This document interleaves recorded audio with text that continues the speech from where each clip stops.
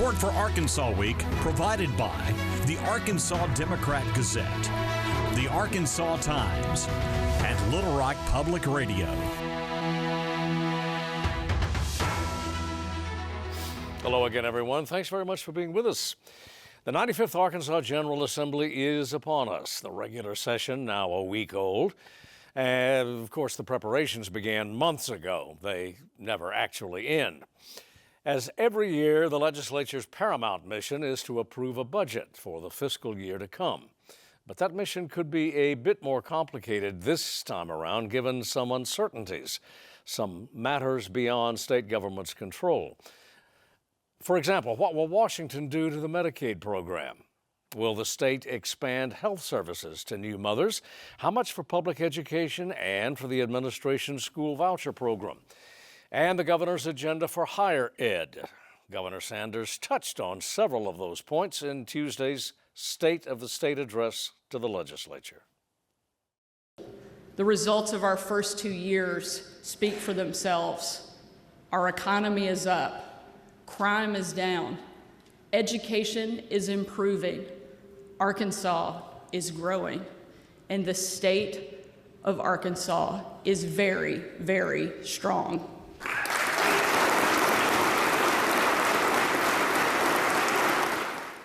And next year, education freedom accounts will go universal so that every student in the state of Arkansas will have an opportunity like Elijah. That is historic, and that is because of your work.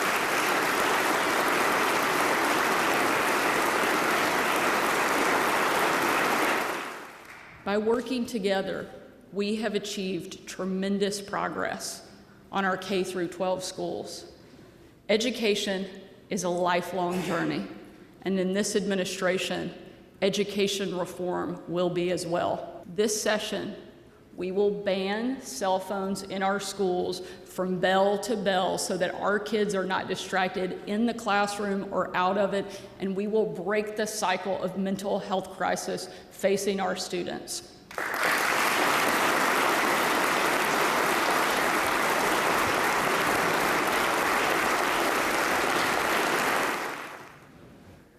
We will update the Social Media Safety Act so that it's no longer held up in court and begin to get enforced. Higher education can be that difference between a life in poverty and a life of great success. And it should be available to every single person in our state, no matter what their background. And today, let us commit to make that happen.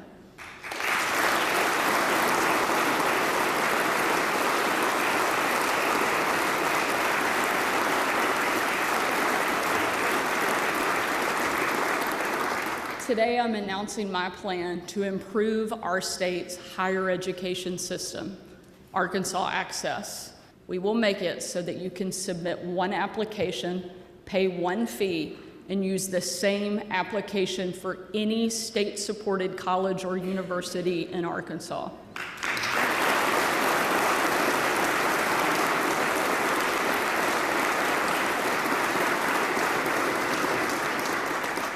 Arkansas students go to our colleges and universities to be educated, not to be bombarded with anti-American, historically illiterate, woke nonsense.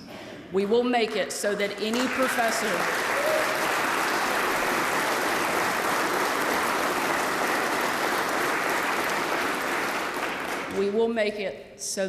professor tenured or not, that wastes time indoctrinating our students instead of educating them can be terminated from their job.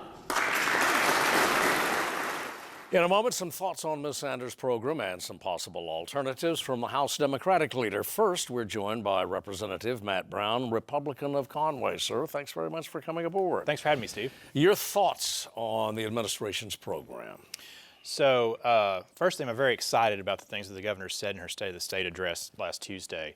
The governor, of course, wants to make herself known as the education governor, which we attacked last session with K through 12 education overhaul. In this session, the governor stated that she wants to now take higher education.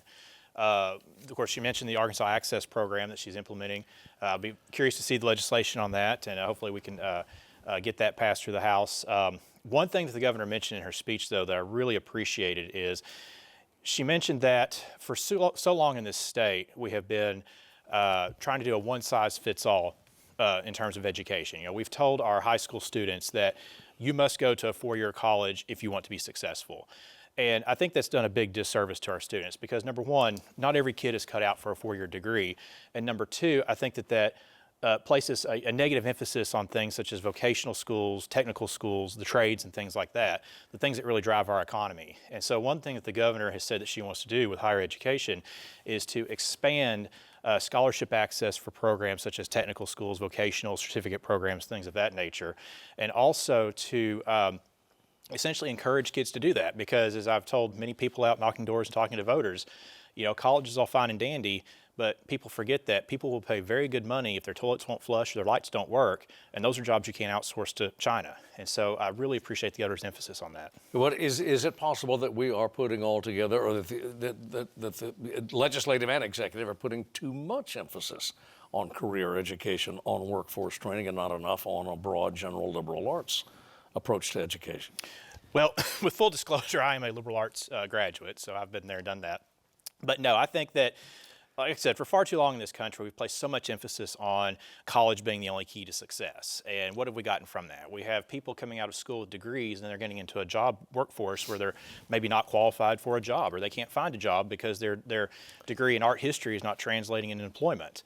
And at the same time, we are penalizing the trades. I mean, I hear it from my constituents and the companies in my district all the time. We need more good workers, and they're having trouble finding those. And I think we've not had enough emphasis on that because, again, these are jobs that can't be outsourced. These are jobs that have to be done right here. What, in terms of the LEARNS Act and the voucher, the governor has set aside many millions of dollars for additional, for the LEARNS Act, the voucher program, actually. Are we on a collision course, given the reduction in revenue through tax cuts? Are we on a collision course budget-wise? So one thing in passing LEARNS that we had to look at is, you know, there is a big impact to the budget with the educational freedom accounts. But one thing that the governor has done with our budget committee and the legislature is to ensure that while we are promoting tax cuts, we are doing it in such a manner that is judicious and is fiscally responsible. And one way that the governor's budget has been able to do that is by concentrating on trimming the fat. As you can imagine, the federal government is incredibly bloated, and unfortunately the state government is bloated a little bit as well. And so one thing that Governor Sanders has been focusing on is making government more efficient. And by doing that with the cost savings, we then free up the budget to be able to pay for things such as education freedom accounts and also pay for tax cuts. And I think that's another reason, again, that the legislature have been very judicious with tax cuts because we'd all like to go to a 0% income tax. But we also know that in reality, we have to make sure that we are fiscally responsible when we do this. And so we've seen this incremental reduction over time. And since Republican majority has taken control of the legislature, we've been able to cut income tax by half. And God willing, we'll get the other half as well. But we're doing it a little bit at a time to make sure we can afford it. Where is the bloat in state government in your estimation? Well, for example, the governor's office put out a report that was nearly 1,000 pages long. And I'll be completely honest with you, I've not read it, I just skimmed parts of it. But it talked about things like, for example, consolidating IT. We have so many IT departments across this state that are duplicating services and things of that nature. And one of the proposals was if we consolidate some of these programs and get them all under one roof, if we go ahead and upgrade our IT infrastructure to modern day technology that's less costly to maintain, we can actually save tens of millions of dollars just doing something as simple as that. So there's lots of things like that Governor Sanders is looking at to, again, make state government more efficient and pass the savings on to the taxpayer. Yeah, back to the LEARNS Act for a second. The state's rural superintendents issued a position paper not terribly long ago, expressing real concern about the future of public school education, public school spending anyway. Mm-hmm. They're concerned that the tax cuts and the LEARNS program combined are endangering their per pupil funding. Mm-hmm. Your thoughts? Well, I think that with, I like to call it education reform, of course, that's the single biggest thing we've done to education in this state. And I think that we all agree that change can be scary because we are going a little bit into new territory. But one thing I do know is that what we have done in this state for the past 20, 40, 60, 80 years in education is not working and has not worked. What have we got to show for all that effort and all that money? Bottom of the barrel rankings. And since we've implemented LEARNS Act last year, in the 18 months since it's taken effect, we are already seeing the results of LEARNS Act. For example, the governor mentioned in her State of the State address that according to U.S. News and World Reports, Arkansas has already increased its educational ranking from bottom of the barrel to 38th in the nation just in 18 months since LEARNS has passed. What the governor did not tell you was that was overall education, including higher education. When you just look at K through 12, which is what LEARNS dealt with, we're actually 35th in the country right now. That is a number I think that we can all be proud of, because for so long in the state, the joke has always been, thank God for Mississippi. Now we're really starting to see results. And another number that I'm very proud of too is that same report shows that Arkansas now ranks 13th in the nation in terms of high school graduation rates. Your district is large, from Conway. Your district is largely urban, I think, but you've got some rural areas too, districts, and I may be wrong about that. But anyway, as a member of the General Assembly with authority over statewide education, are you confident that small schools, that the public school fund will be held harmless? Yes, I think so, because the most important thing, I think the policy of this state is, of course, education. I mean, education is our future. The people of Arkansas, the young people of Arkansas are our greatest natural resource, and we have to put education first. And I think that we see that with our governor and our Republican majority in the legislature, we are putting education first, and we're going to make sure that it continues to be first. The Medicaid program, the big item, other big item in any way in state government spending.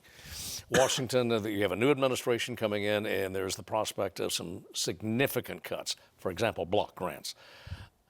What are your thoughts on that? Well, right now it's kind of too early to tell because we don't know exactly what's going to happen. I do know that I think Medicaid reimbursement is going to be an issue in the upcoming session. We've already been talking about that. And essentially just a function of, we've had inflation over the past several years and our Medicaid reimbursement has not kept up with that. And it's haven't been changed in a decade or longer. Exactly. Right? And so now we run into a situation where providers can't afford to provide the care. And so one thing that we'll have to look at the legislature is fixing that while being both fiscally responsible, but also being responsible to providers out there and making sure that they can continue to do the work they do. It's going to be a big deal in the upcoming session for sure. One of your colleagues, in particular, Mr. Pilkington from Knoxville, I believe, is a tremendous advocate of expanding Medicaid to cover a full year of postpartum care. Mm-hmm. He didn't have any luck the last session. He's trying it again. Will his luck be better this time? I hope it is. Representative Pilkington from Knoxville is a good friend of mine, and one thing I've been very proud of is his maternal health care legislation. One thing, as the Republican Party, we're very pro-life, but it seems like people forget that pro-life also extends to babies after they're born and mothers and things of that nature. He's already has some bills that he's working on. I am encouraged that the governor mentioned in her State of the State address that her administration will also make maternal health a priority in the upcoming legislative session. So I look forward to seeing what legislation he's going to bring and see what we can do to improve the outcomes for mothers in this state. Yeah, well, she opposed Mr. Pilkington's legislation last time around. Right. You're saying that she may reverse herself? Or? She may. She did specifically mention maternal health in her State of the State address. So I'm really looking forward to seeing what we come up with. Mr. Brown, thanks very much for your time. Have a good session. Thank you, Mr. Sharns. Appreciate it. And come back soon. Thank you. All right. We'll be back in a moment.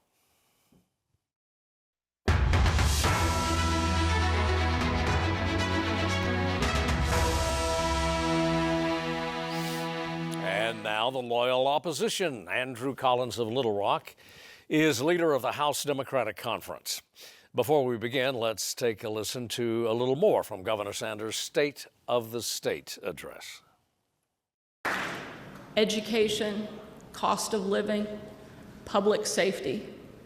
Those are the priorities that have defined the first 2 years of my administration. And with your help, those are the priorities that will define the next 2 as well. And this year, we will expand and require evidence-based programming in our prisons.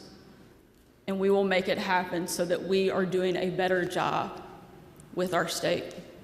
But none of that happens with the chronic prison bed shortage that we have in Arkansas.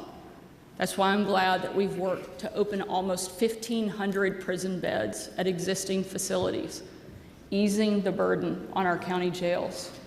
And for the first time since my dad was in office, we have worked with this legislature to expand our prison system with plans for a new 3,000-bed prison in Franklin County.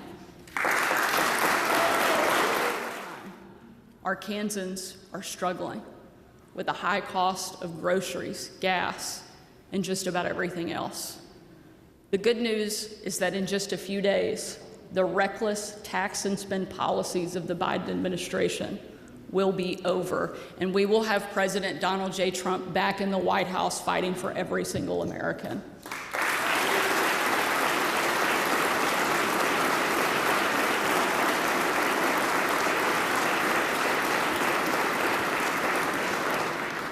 But Arkansas families need relief now.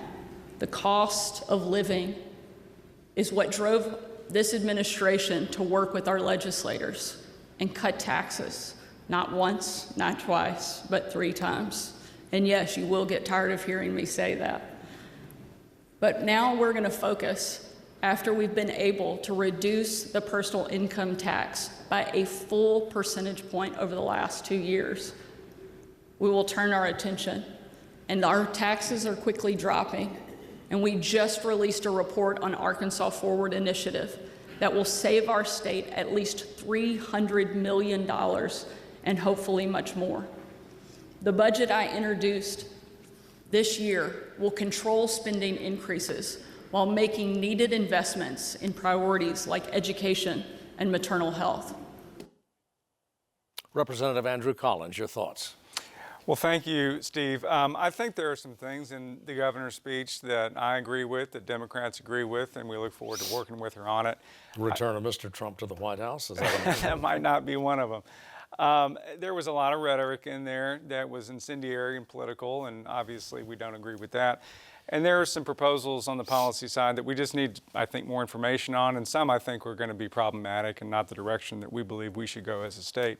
Obviously, there are things that we as Democrats believe should be priorities, some of which are shared by the governor, or she has said in the past they are her priorities. Maternal health is a big one, public education, mental health, and improving and protecting our democracy. I didn't hear a lot about those issues in that speech, and we'll see how some of these higher education and other reforms are constructed and whether we can support them or not. Yeah, well, both you and your Senate counterpart have indicated there is common ground with on some aspects of the governor's program. Could you be a bit more specific? What is that common ground, and where can you work together? Sure, and with the caveat that, again, none of this has been released, so we need to see the fine print. I think conceptually, getting rid of the grocery tax is something that we would support. It's a regressive tax. It's something that many of us have called to get rid of in the past. Backfilling the revenue is important, I think, for supporting conservation in the state, but the grocery tax is something we should get rid of. Also, I think free breakfast and lunch in schools for kids is something that has a great track record for educational outcomes and student health.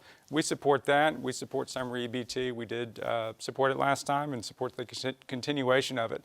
Some of the higher education things I think are all right too. I think a single application for all colleges and universities in the state is a good idea. Some of the more substantive parts of that proposal, I don't know. Higher education is important. Traditional higher education is important, as well as career training. I don't think you should be taking money from one to support the other. They both merit our investment. Well, your reaction to the governor's proposal to eliminate indoctrination, as she put it, from higher ed? Yeah, I have questions about that. I don't know what that means, for one. I don't know what we're talking about when she says woke nonsense. It sounds to me like it's content controls. It sounds to me like it's, are you saying something that the governor agrees with or disagrees with? And if we go down that road, first of all, academic freedom is a very important part of higher education, and people have taken pains to protect it over the years. This goes the other way.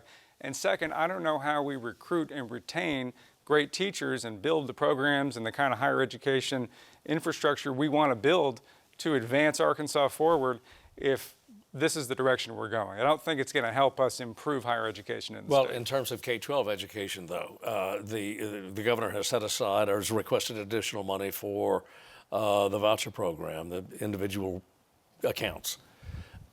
Concern you? Oh, absolutely. We disagree with the vouchers. I believe every single member of our caucus voted against the bill, the Lawrence bill, not because of some of the things that support literacy and other investments, but because of vouchers. Because, frankly, vouchers are not good for public schools in the state. It takes public money and sends them to private schools, and the track record just isn't very good. We've also seen with vouchers that some of that money is going to things that most people would not identify as appropriate, horseback riding lessons and baking lessons and things like that. It is a program that goes in the wrong direction for public education in the state. So more money being invested in vouchers just means more of a divestment of money away from public education. And we can't do that if we want to improve public education in Arkansas. The governor mentioned maternal health as one of her priorities, but there are different approaches to that. And then in the previous session, hers differed from another approach, which your colleague, Mr. Pilkington, had advocated, and that was an expansion of Medicaid, postpartum Medicaid coverage. What do you see happening? I think that extension of postpartum Medicaid coverage is just a bare minimum thing we should do as a state. Every other state has done this already or moved toward it. And that basically just says you won't be kicked off your health insurance after 60 days if you're on Medicaid and you give birth. It's an important thing to do. Is there sufficient political momentum for that, though, when you and your colleagues? It remains to be seen. You saw that Representative Pilkington introduced a bill to accomplish that. I've introduced the same bill, so there's bipartisan interest. I'm not really sure why this has not been something that's been embraced by the governor. I think it should be embraced by the governor. There was a task force that she put together over the summer. It came up with some ideas around maternal health. I'm concerned that it won't be enough to move the needle. We are worst in maternal health in Arkansas among all 50 states. That's a deep hole to dig out of. We have to try things that we know are going to work, and I think that's one thing that will at least help move the needle a little bit. Beyond that, we have to look at things like paid leave for new mothers. We have to look at child care. It's difficult to find child care. It's expensive in the state. If we don't think of this holistically, we're just going to miss the boat and not move the ball forward in a way that we have to do if we're going to get out of the cellar on this issue. On the broader health issue, the broader Medicaid issue, there's great concern among a lot of professionals, health professionals anyway, that we have a new administration coming in Washington, that perhaps block grants will be the administration's approach. Has to be of concern to you as a legislator, whether you're for it or against it. Yeah, it is of concern. In Arkansas has always had a somewhat stingy Medicaid program. We've tried to do a lot with a little. In some ways, that's a good thing. You want to be thrifty and not wasteful. The downside of that is that our Medicaid program reimburses at such low rates that we have a shortage of providers throughout the state. So when you look at maternal health and mental health in these birthing deserts in rural Arkansas where you can't get maternal care and you can't find a behavioral health specialist in rural Arkansas, a lot of that comes back to the fact that we don't reimburse healthcare providers enough in Medicaid. And I think if we move toward a revised model for Medicaid in the states, that's only going to exacerbate that problem. We have to rethink the way that we are providing healthcare from the state side in Arkansas. If we don't make this investment on the front end, it's going to come back to bite us on the back end, and it already has started doing that. Another health question, and that's as expected. Some of your colleagues have introduced legislation to restrict pharmacy benefit managers. What's your assessment of that legislation and how much momentum it may have? I think that will probably have some momentum. Pharmacy benefit managers have taken on a role that is not always constructive in our healthcare system, and I think pharmacists have felt that. They have begged and pleaded for support from us. I have supported their efforts in the past. It's going to be a fight, though, and it was a fight in the interim between people who wanted to do something to regulate pharmacy benefit managers further, benefit pharmacies, and of course pharmacy benefit managers object to the changes. I don't know how that's all going to shake out, but tentatively speaking, I think we do need to continue to reform so that we give some hope for our community pharmacies, which serve so many people in the state. The administration's plan to expand the prison beds by 3,000 and a site has been recommended, and this has put her, to put it mildly, at odds with a block of lawmakers and their constituents in West Arkansas. What's the General Assembly's take on this? Yeah, well, this is absolutely a big issue, and it's an issue for a few different reasons. One, there are people in Franklin County where this prison's being proposed that just don't want this prison. I've yet to see the clamoring for this prison as an economic driver from the people who actually live there. Some places in the state might be different. There were issues with the site selection. There were issues with the way it was rolled out in a, secretive way, frankly, and was sprung on people with very little notice. I think there's a big issue with the cost. We were told $470 million, and now it's something like $1.5 billion, and who knows what it might end up being. So those are concerns. I think the big concern that underlies all this to me is Arkansas is one of the highest incarcerating places in the entire world. After El Salvador, if we were a country, we would be number 2. And is that making us safer? I mean, I think we've been doing this for a long time. That's been the approach, just to lock people up for longer. The research shows that doesn't really make us safer. There are things we can do and should do to make ourselves safer. I don't think extending sentences indiscriminately and building more prisons is the answer, and it sure is coming at a huge cost. I wish we could continue, but we're out of time. Representative Andrew Collins of Little Rock, thanks for coming in. Thank you. Come back soon. Appreciate it. And that does it for us for this week. As always, we thank you for watching, and see you next week.